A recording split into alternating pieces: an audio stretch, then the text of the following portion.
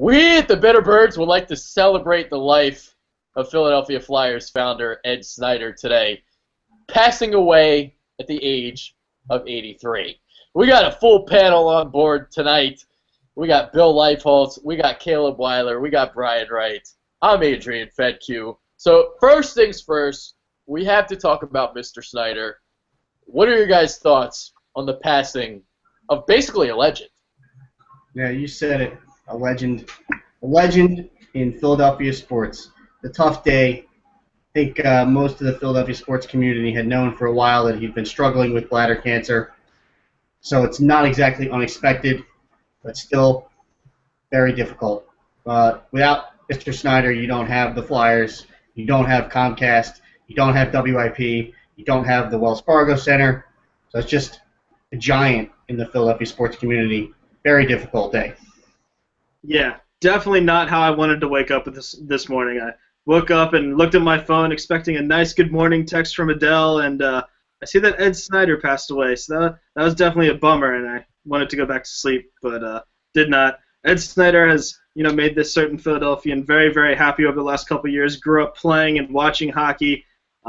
He's just been a pillar in the entire Philadelphia sports scene. He really gets Philadelphia, and it's going to be really tough to see him go. Yeah, it's really sad news. When you think Philadelphia Flyers hockey, you think Ed Snyder. And just as you guys said, him bringing the team to Philadelphia and just his passion for the team was unrivaled. And also his work with his Ed Snyder Youth Hockey Foundation, just giving kids a chance to play hockey in Philadelphia, not just have the main team, but give hope to kids, is huge. He was a man. Yeah. I mean, just, crazy day today, man. I mean, just waking up, hearing that news. It was a very sad day, but life moves on, and the Philadelphia Flyers are in the playoffs, and that is a crazy thought, considering where they were about, say January 1st. I mean, it's insane how quickly they rose up the standings, and because, the Red Wings and the Bruins, they both lost, and we beat up on the Sidney Crosby and Chris Letang-less Pittsburgh Penguins, and we beat them pretty good. Yeah. We were talking about the last show we did. We were talking about how we think the Flyers will get into the playoffs pending the results of that Boston game and that Red Wings Ranger game.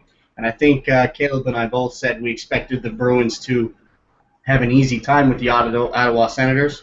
Not so much. If you saw the result, the Senators came out and pummeled the Bruins 6-1, allowing the Flyers to only need 2 points over the last two games, and they managed to come out and get the job done. You could say it's a little less of an accomplishment because the Penguins weren't at full strength. They didn't have Malkin, they didn't have Crosby, they didn't have Letang, and they had Matt Murray in goal, who eventually got knocked out by a hit to the head from the knee of Braden Shen, but nonetheless got the job done in the playoffs, and as we've seen in the NHL, all you have to do is get in. Doesn't matter what seed you are.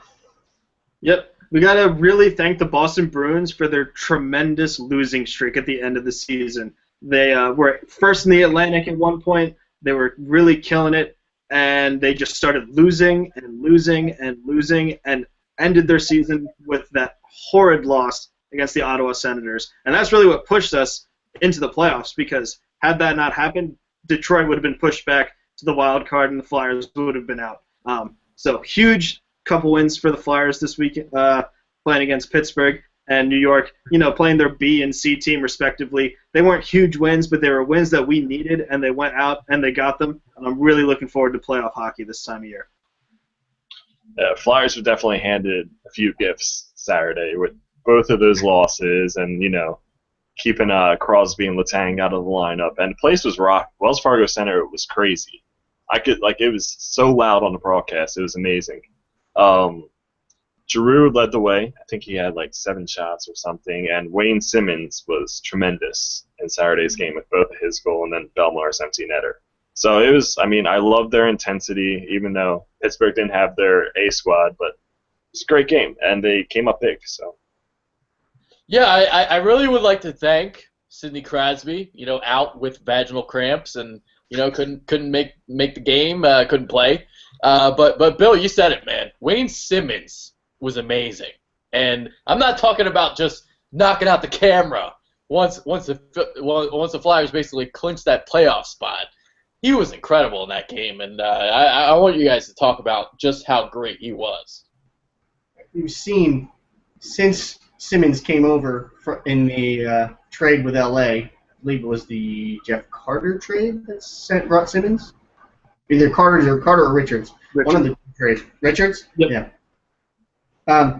Since he's become a Flyer, you've seen him grow and grow. He's had a few. This is the first year he's reached 30 goals, which is a heck of a plateau. In the previous seasons coming up, he's had high 20s. But you've seen in I believe it's 5 years since he's been here, he's grown into a Flyer and one of the most consistent players that the team has. Fits the mold perfectly. Yeah, Wayne Simmons was definitely on fire at the end of the year. I believe I saw a stat where he had somewhere around 8 or 9 goals in the last 8 games. He was just tearing it up. And I do have to give props to Jake Voracek. He came out there, he was skating around the ice like a bat out of hell, and he put that puck right on Simmons' stick for that go-ahead goal. So props to Voracek, props to Simmons for tearing it up at the end of the season, and they're really clicking at the right time right now. You're right. That was such a beautiful pass by Voracek. It was amazing. Wayne Simmons is the prototypical Flyer. He'll go out, give you everything he has on a nightly basis, hit everything in sight, and then score goals. I mean, he has over 30 goals this season. It's incredible, and he's become one of the pillars of this Flyers team. Yeah, and then Mason again coming up big, in that game, and he's not getting enough love. I don't think he's been pretty big down the stretch. Mason's been fantastic, and I know we've had a bit of a goalie carousel in this town for 20 plus years, ever since Ron Hextall retired.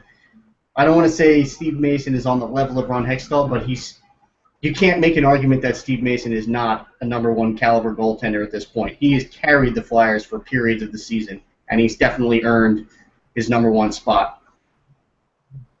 Yeah, I think having Ron Hextall in the building is rubbing off on Steve Mason because he has been carrying this team for the latter half of the season. Once Neuwirth went out, Mason just went out there, and he was like, this is my team now. He took it by the reins. He won all those goals, had all those amazing stats, goals against average and save percentage, out over the roof, not even through the roof, over the roof. And he was just phenomenal, and I think right now Mason's getting so hot that that's what you need to get through the playoffs. So Mason's clicking at the right time. The team's clicking at the right time. It's going to be a fun series.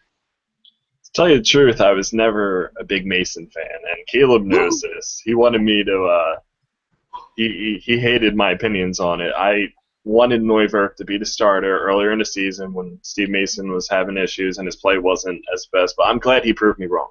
He's been great this whole stretch, and he's earned the #1 spot. I mean, you have to stick with Mason. Freemasons, baby, Freemasons. There you go. All right. Before we get to this Capital series, I want to talk about Mr. Dave Hakstol for a second. Very stoic personality. Obviously the Flyers in recent years, they've gone through their coaches, pretty regularly, but it appears that Hakstol might be here to stay for a little bit. Just real quickly, what are your guys' thoughts on the job that he's done this year? Done a phenomenal job. You don't see very often coaches rising from college, Division I college, to the NHL. The NHL doesn't work quite like football, where you have Chip Kelly just wins a whole bunch of games in college and comes into the NFL. You don't see that as much in the NHL. So when the Flyers hired Hakstol over Mike Babcock, because he was the top guy available, everybody thought, the Flyers are going to splash the big money and sign Mike Babcock because that's what the Flyers do. That was Ed Snyder's philosophy, is let's spend money, try to win right now. But with Ron Hextall in charge, they went for the unproven college coach, and it's turned out to be a great move. He has exceeded expectations, and his stoic nature behind the bench is exactly what the team needs. Yeah, I think when I saw that Dave Hackstall was signed, I was like, that's a really weird way to spell Hextall. You kind of threw me for a loop a little bit there, and it really wasn't the sexy signing like Brian had said. Mike Babcock was out there. Everybody wants, Babcock coaching their team because he's just a phenomenal coach. And, I was like, well, neither here nor there. He's unproven, but, he could turn out to be a good coach. The Flyers are going to have a lot of young guys coming up soon, and he's been working with young guys his entire career. He's definitely exceeded my expectations, brought a team who should have been a lottery team this year into the playoffs, and I really think now that the Flyers have gotten into a system and bought in, it's only going to get better from here. Yeah, Haxel, like you guys have said, he's been great this season. He has a track record of developing young talent. At North Dakota, he had Jonathan Toews, he had Zach Parisi, and Chris Vandevelde, but that's it. But yeah, he's been a great coach, and the players love him too.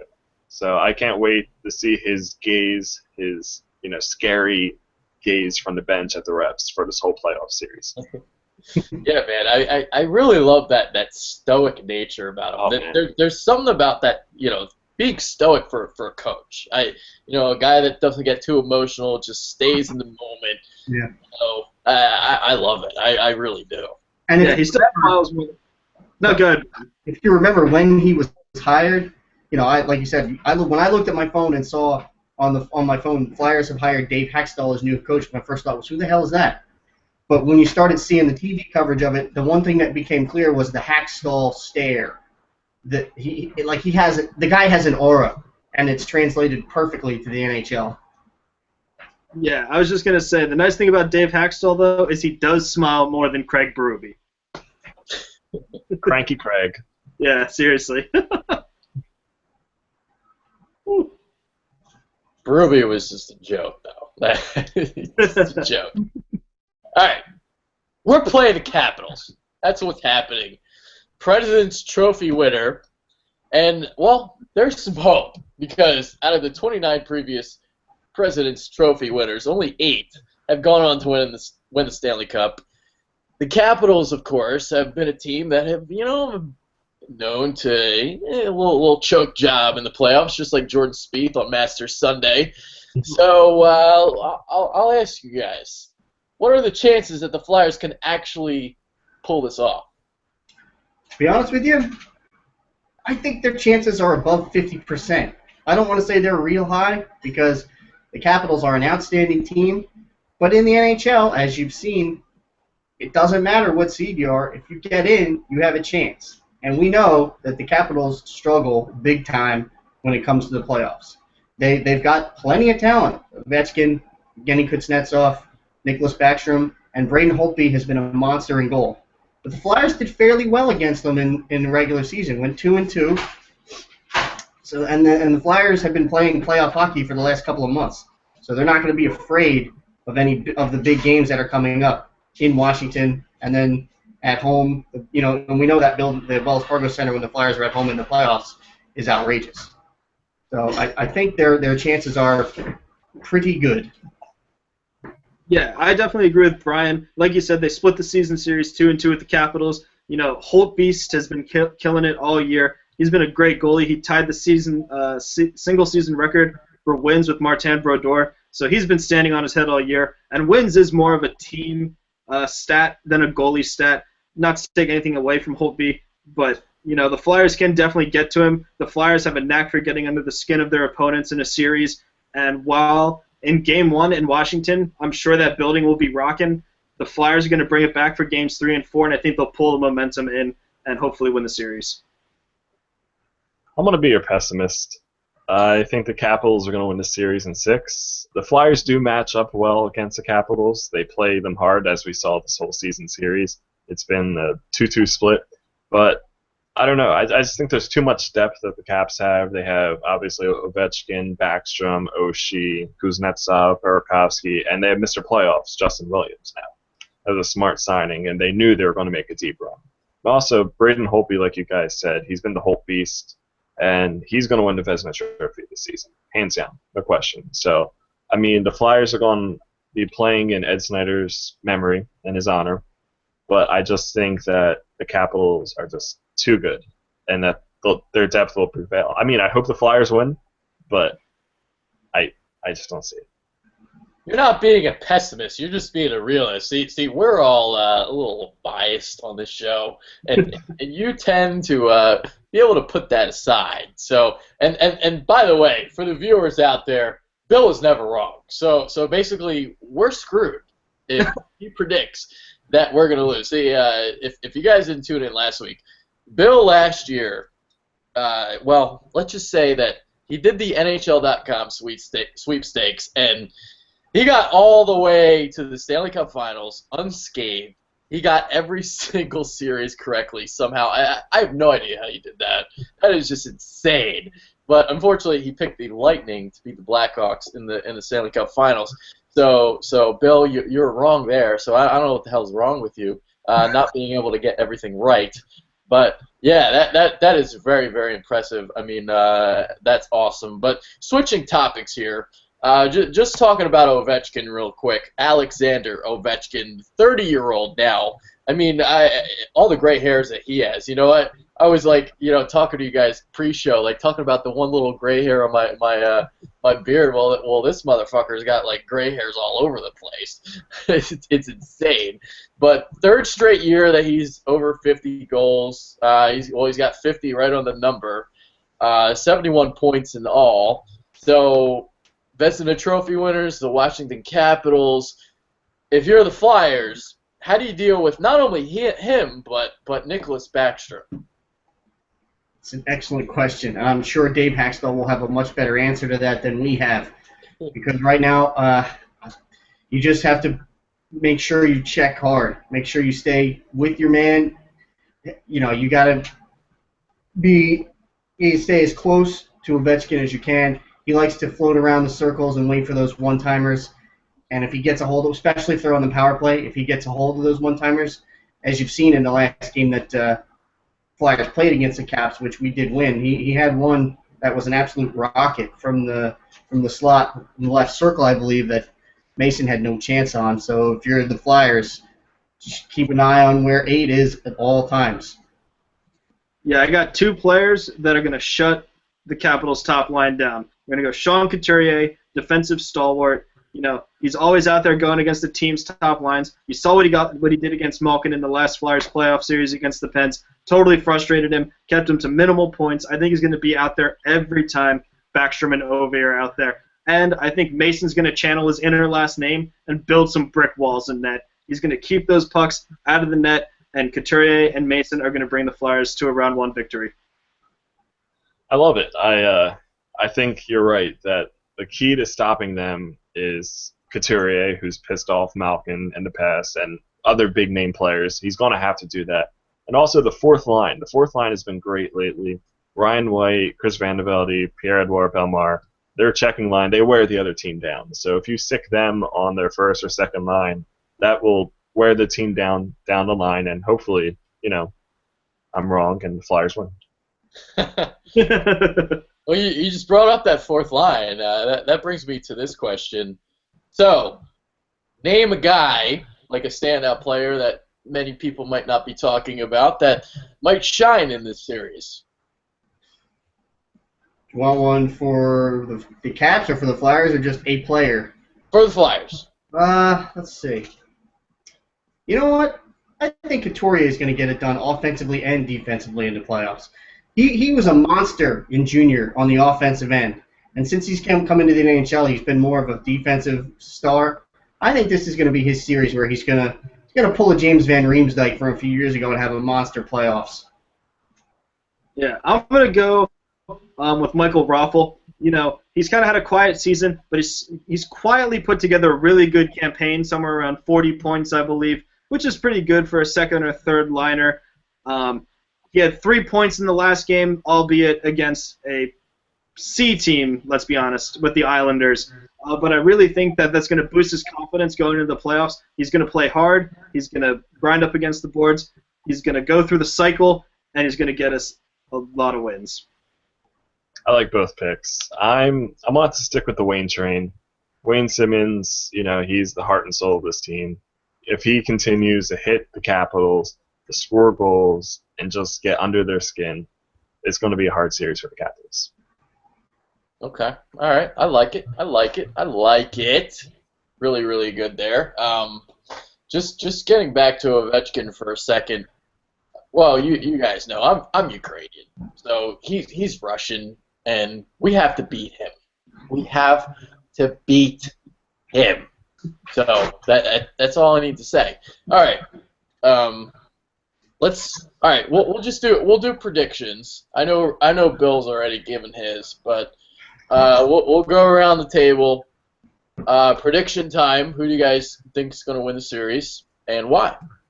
Let's see. I'll take. You know what? Given the way the Flyers have been playing the last couple of months, being that they've been in playoff mode probably since February, and the unfortunate but perhaps inspirational timing of the passing of Ed Snyder, I'm going to go Flyers in 7.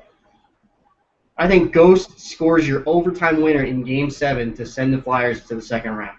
Ghost Bear, baby. Ghost Bear. If you want to sound smart, that's what I say, Ghost Bear. I'm going to go with Brian. Not in 7 games. I'm actually going to go with the Flyers in 6. I think the Flyers are going to steal a game out of Washington, at least one, and then bring it back for Game 6 in the home ice arena and win it there. I think, like Brian said, they're going to rally behind the passing of their owner, Ed Snyder, who's really always been there for the Flyers. He's the founder. He bleeds orange and black, and I do think the Flyers will win in 6. However, if it goes to 7 games, I think the Caps would take it in their home arena. Yeah, as you heard, I said Caps in 6. I just think that their depth is going to be key, and we already know Holtby and Ovechkin. Flyers, if the Flyers want to win, their secondary scoring is going to have to show up. Jake Voracek needs to be the same player that he was in the Penguins game, and not like he's been since he's come back since his injury. And Mason's still going to have to be solid, because Neuwirth came in against the Islanders, but he hasn't seen much action due to his injury. So those are key if the Flyers want to win this. Yeah. I mean, I don't know if I should really be making predictions per se, but I it's hard for me to pick the Flyers in this series. It's just like it just seems really impossible for them to win. But obviously we are an unbiased show, so clearly Caleb and Brian have picked the Flyers for unbiased reasons, and but I am going Capitals in 6. That's what Bill said, so that's what I'm going to go with, and I'm going to be right because Bill's always right. We hope he's wrong. I do too. He's not wrong. He's never wrong. It never happens. Yeah, I'm going to be right. No, you're not.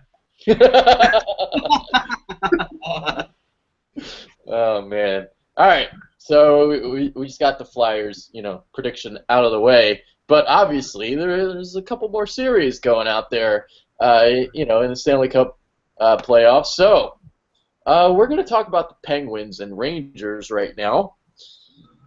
Penguins, Rangers, your thoughts? Who wins? I'm going to take the Penguins in 6. I think, despite the fact that the Flyers managed to handle them, they've been on an absolute tear the last few months of the season.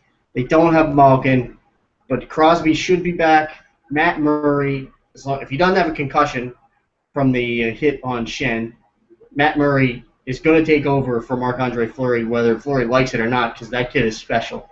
And if he's injured, the backup Jeff Zatkoff is a very capable goaltender.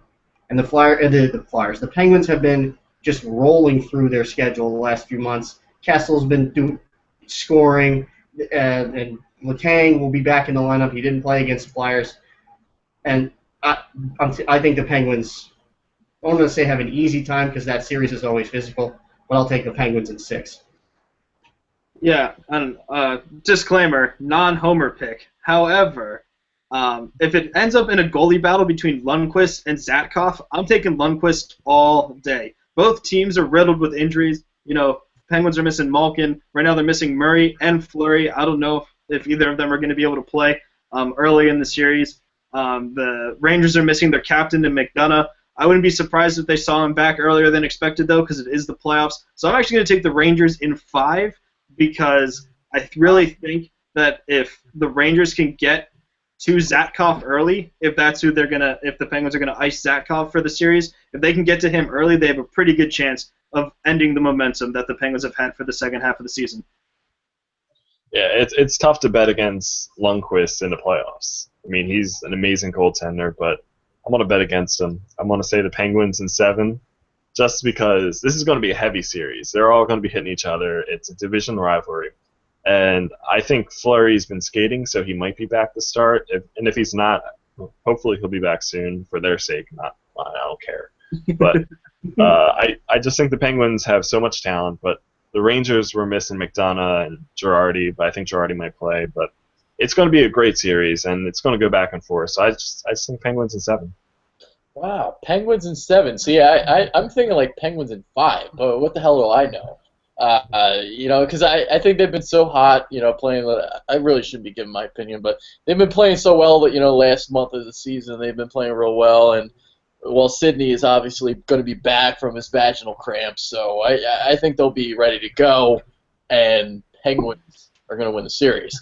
All right, next series in the Eastern Conference, we got the Florida Panthers, which is what Bill covers for Along the Boards, and we got the Islanders. So, Florida, New York, who you got? How many games? Let's see. I don't think anybody saw the Florida Panthers coming this year, with the exception of maybe the ageless Jaromir Jagr. That team, along with Jagr, has some very good young talent in Jonathan Huberdeau and Ekblad, and a lot of the young players that I don't think the rest of the NHL really knows. But then again, the community in Sunrise, Florida doesn't know who they are either, because nobody goes to those games. The Islanders are starting to get some playoff experience. They were good last year. They're good again this year. That's going to be a tough series. I think I'll take the Panthers in 7. Yeah, I'm going to agree with you. I'm actually going to take the Panthers in 6. I really don't think Rice is going to be able to handle a full 7-game series against the onslaught of the Panthers. Nobody really expected them to win the Atlantic this year, but they do have that youth movement, centered around young guy Jaromir Jagr, going strong at 44 years old. But I really don't think that the Islanders are really going to be able to stand a chance, especially in the net with Greiss starting in that series. I really think the Panthers are going to take it to them and win that in 6. Yeah, I agree. I have the same prediction. I think the Panthers are going to take it in 6. That they're going to see a lot of rats on the ice in Sunrise. That's their tradition. Like you guys said, it's the youth movement, and it's a very balanced team. They have Roberto Luongo, who has tons of playoff experience in that. They have Al Montoya, who's a capable backup. They have a good defensive core with Aaron Ekblad. He's young, but it's great. And you have Barkov, Huberdeau, Trocheck, Bukestad. They're all great young forwards, and they're just balanced. Like you see with the Caps, they're a balanced team that has depth. So does Florida. Their first line's dominating, but their second line can also produce. Okay. I'll take Panthers in 6 just because I'm just throwing shit on the wall. So that's what I'm going to say. And moving on to the last playoff series in the Eastern Conference, a rematch of last year's first-round series. We got Tampa Bay playing Detroit. So I know Bill is a fan of Detroit as well. If he's not a Flyers fan, he likes the Red Wings. So who wins that series, guys? Full disclaimer, I'll never be able to get used to seeing the Detroit Red Wings in the Eastern Conference.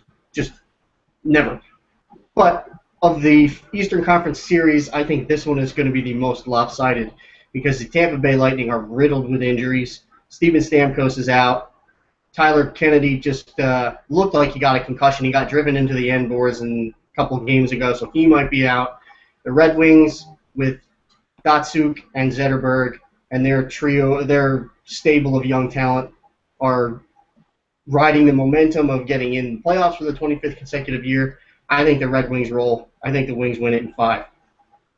Yep, let's bring out the brooms. Red Wings are going to get a sweep in this series.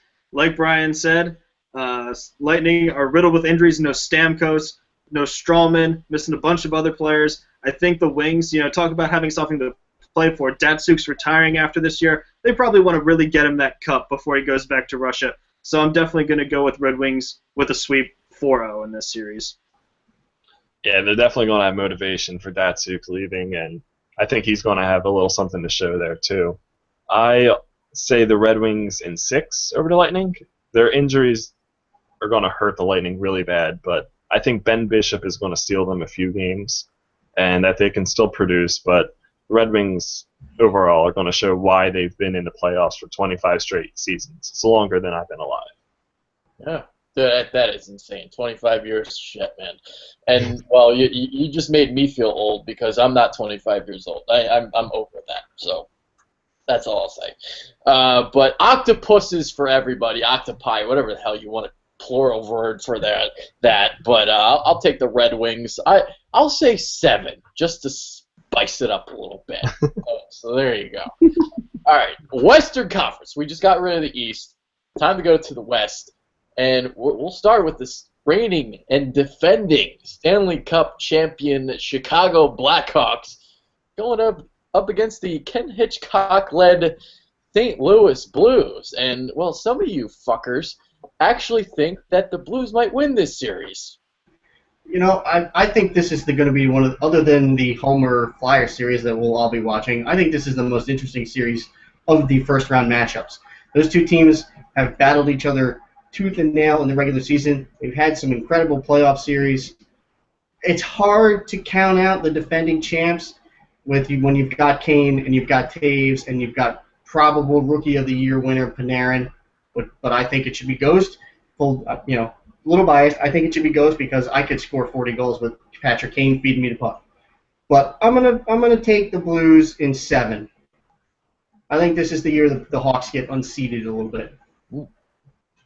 Yeah, I definitely agree. I think the Chicago has been on a bit of a losing streak ever since the trade deadline. They traded for Ladd, and they traded for a couple other players, and they still really haven't been able to gain that chemistry. And it's hard to say that the reigning champs are going to get knocked out in the first round, especially with potential Rookie of the Year winner Panarin and Art Ross Trophy winner Patrick Kane, who have just been tearing it up over all their competition all year. But I think the Blues are going to handle them. Jake Allen's been playing out of his mind since he came back from injury. So if he plays in the series, I think they're going to shut the Blackhawks down. I'm going to take the Blues in 6. I'm also going to go with the Blues in 7, just like Ryan. Yeah, I know. Chicago's not the same team defensively as they were last year. They've lost Trevor Daley, Kimmo Timonen, and more their focus is on their offense with Panarin, Kane, Taves. And Corey Crawford has been amazing in that, but, I mean, as you know in Philadelphia, if your defense isn't as top-notch, goaltending, it's going to be rough for Crawford. I'm not saying Chicago has bad defense by any means. They have Seabrook and Keith still, but I don't know. I think the Blues' heavy style play, plus Vladimir Tarasenko, who's also a prolific young scorer, are just going to overshine the Blackhawks. Interesting. See, Bill is actually taking the Blues, and that makes me think. But I'm going to be the lone wolf. I am taking the reigning and defending Stanley Cup champions. I am taking the Blackhawks simply because the Blues always lose in the playoffs, and I just rhymed there. I'm a poet. I didn't even know it. So there you go. All right, so I'm taking the Blackhawks. There you go. Well, we'll see who's right. I'm going to be right because I just know so much hockey and I'm so smart. All right. We'll go up top there in the upper left-hand corner. We're talking Dallas Stars and Minnesota Wild. Who's going to win that series? How many games? Tell you, this Dallas team has been fantastic. You know, they've got quality goaltending. They've got quality forwards in Ben and Spezza.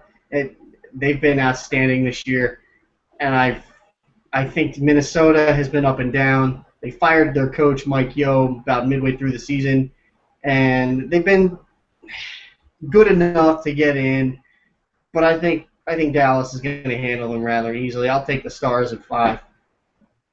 Yeah, I'm gonna agree with Brian. I do disagree that Dallas has good goaltending. When you think of good goaltending, you don't really think of Leighton or Niemi. They're not really, Masons, as it were. And I just don't think that they're that strong in net. But they have really, really heavy firepower with Ben, with Spezza, with Sagan, with Sharp, and they have Klingberg on the back end, who is just one of the best offensive defensemen in the league. I really think that they're going to handle the Wild. The Wild kind of fell into the playoffs, 4 straight losses, but Colorado had lost more games, so they kind of just lucked into that final wild card spot. So I'm going to agree with Brian. I'm going to go Dallas in 5. I'm the same with Dallas in 5.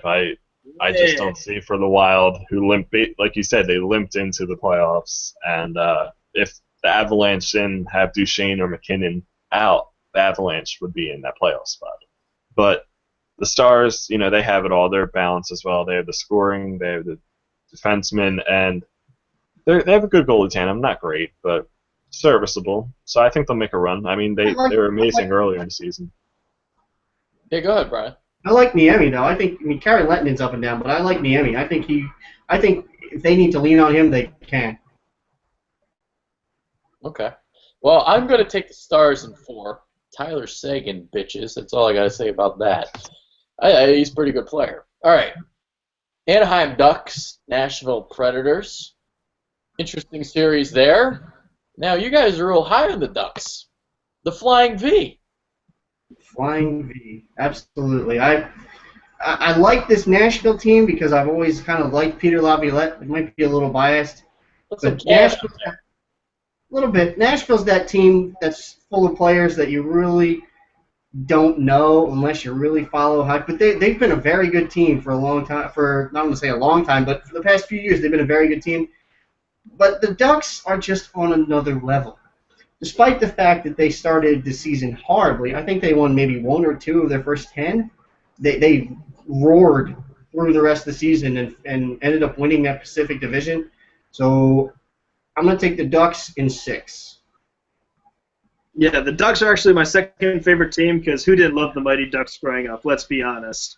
It's crazy to think that Disney actually formed this NHL team who has won a Stanley Cup, who's won this Pacific Division for a couple years in a row now. They're just amazing. I love the Ducks. And I think they're easily going to handle Nashville. Pekka Rinne has been really up and down this year. The Ducks finished in first with their power play and with their penalty kill, which has not happened in the NHL in a pretty long time.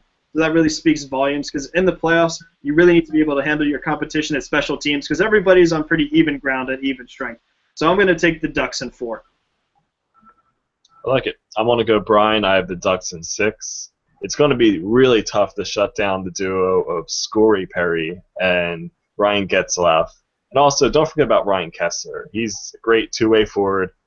He also gets under the opposing team's skin, and I just think the Ducks are going to overwhelm the Predators. I mean, the Predators do have Jam because Peter Laviolette is their head coach, and they do have a good goalie. But like Caleb said, he's been up and down, so.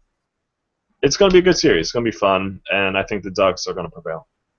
Yeah, I got the Ducks in 6. That's all I need to say about that. All right, so one last series to go. We got the Kings. We got the Sharks. The Kings obviously won a Stanley Cup before. Jonathan Quick and net. Who's going to win that one? This is another highly intriguing series. These teams do not like each other. They're from the same, North of California. They're from the same area. They do not like each other. They play tough playoff series. But I think this series is going to come down to goaltending. And if you're coming down to goaltending in the playoffs, it's hard to bet against Jonathan Quick. The guy's a monster, and the Kings have been very good all year. Kopitar has been excellent. I think the Kings take it in 7. Yep, I'm going to go ahead and bet against Jonathan Quick. I think that the Sharks are a totally different team this year. Patrick Marleau's on the last year of his contract, I believe. Joe Thornton's kicked it into another year. Joe Pavelski had a phenomenal year. And I really just think that the Sharks are going to be able to handle the Kings. The Kings are a phenomenal team, don't get me wrong, and it is their year to win the Stanley Cup if you're going Blackhawks, Kings, Blackhawks, Kings, Blackhawks, and then, it'd be the Kings' year this year because the West isn't sharing with the East anymore.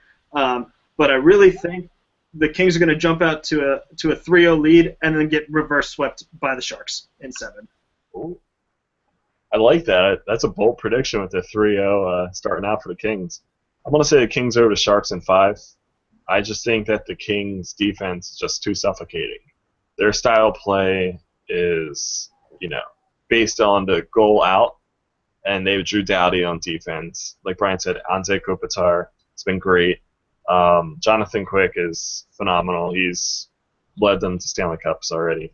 But I just think that the Kings' defensive style is just going to take over, and the Sharks are going to have a tough time scoring. Joe Thornton is a player to watch, though. He's a big, big dude, and his offensive play is scary. And in the playoff series, that comes in big, his bruising style, but also the production that he brings. So I do think it's going to be the Kings over the Sharks in 5, but it's going to be a great series with the rivalry in California. So it's going to be fun. Yeah, I think the Kings are going to quickly dispatch the Sharks. You get the pun there. I'm going to say in 5, I got the Kings. So there you go. All right. So we went over the first round series. Now I'm gonna do this. We're not gonna do the whole playoff bracket. So we're gonna do Stanley Cup Finals. Who we think is going to be the finalists from each conference. So we'll do that. Then we'll talk a little R.J. Umberger, and then we'll do final thoughts. So finalists, who's going to win it all? Let's see. I think I'm going to take... There's a part of me that wants to say the Flyers go all the way to the finals on the strength of rallying behind Ed Snyder, but I can't in my supposedly unbiased brain do that. So I'm going to take the Rangers from the East. And even though I picked the Rangers to lose, I never know. I think the Rangers might do it, but I would prefer to see the Penguins win. So I'm going to take the Rangers out of the East and Los Angeles out of the West. LA wins again. All right, I'm going to go a little out of the box here. I'm actually going to take the Red Wings in the East, as much as I'd love to see the Flyers win. I think Mrazek is going to get the start. I think that's going to be a big boost in confidence from him, from his team, and from his coach. And I think he's going to go back to playing stellar. Out of the West, I'm going to take the Ducks, and I think we're going to have a rematch of the last time the Ducks won the Stanley Cup, and they're going to win it again. All right, I have the Capitals winning the Stanley Cup against the Los Angeles Kings. You're going to see two different styles collide with the prolific offense of the Washington Capitals and then the suffocating defense of the Los Angeles Kings. So it's going to be a fun matchup if that happens. All right. I'm going to go Penguins winning the Stanley Cup. Oh, my God. It's disgusting, but they've been so hot and playing so well. But because I said that means they're not going to win. So that's why I'm predicting that. And I'm going to take the Blackhawks in the Western Conference. It's the fucking Blackhawks. So that's what I got. And I'll tell you what, that is a very sexy Stanley Cup Finals. A lot of people will watch it, including myself. I will watch that. Stanley Cup Finals, Blackhawks, Penguins, very sexy there. So there it is. All right, so we just, we'll see who's right. Whoever wins gets a big, tasty cheesecake at the end. Big cheesecake. All right. So let's talk about R.J. Umberger real quick. What are you guys' thoughts on him? And then we'll do final thoughts. Nice to see Umberger actually play in that last game of the season against the Islanders. He scored a goal, but I believe the last game against the Islanders that he did play, that was the first time he'd seen the ice in a game in, I believe, a month or so. So Hackstall hadn't really used him. I like Umberger as a player. I don't want to say I would be too sad to see him go. He was up and down, but he worked hard, and that's really all you can ask from a Flyer, right? You want to see him give max effort, and he always did that.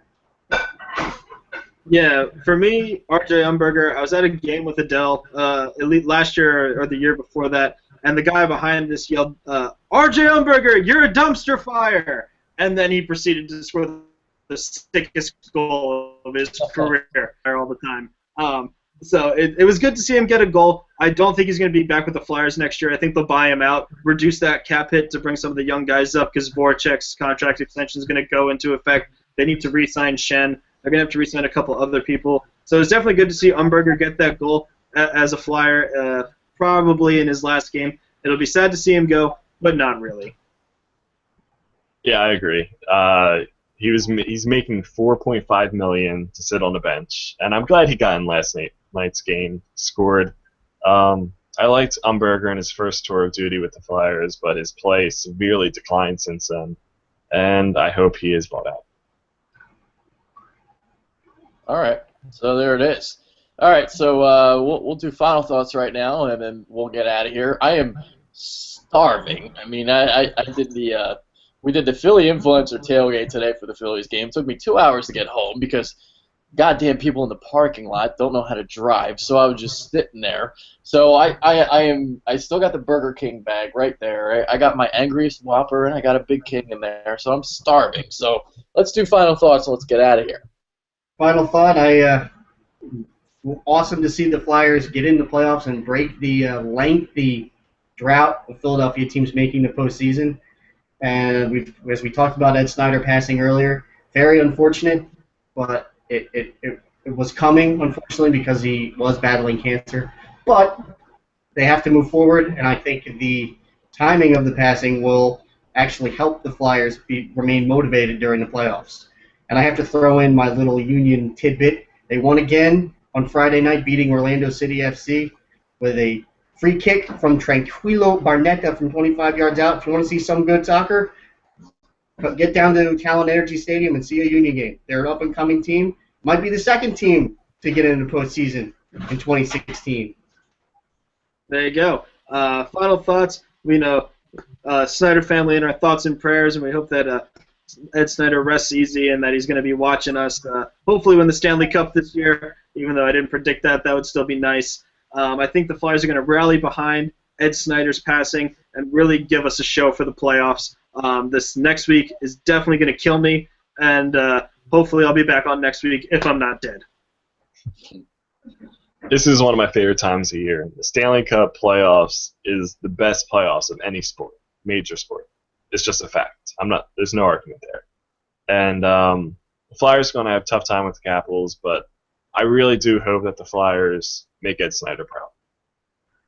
Okay. All right. So before we get out, just to comment on the Philly influencer tailgate today, because this part was hilarious. So we were filmed by the 700 Level Show. I don't know if it's on Comcast Network or Comcast Sportsnet. John Gonzalez was asking questions. Sean Brace and the other Philly influencer guy, his name is Seth Vigner.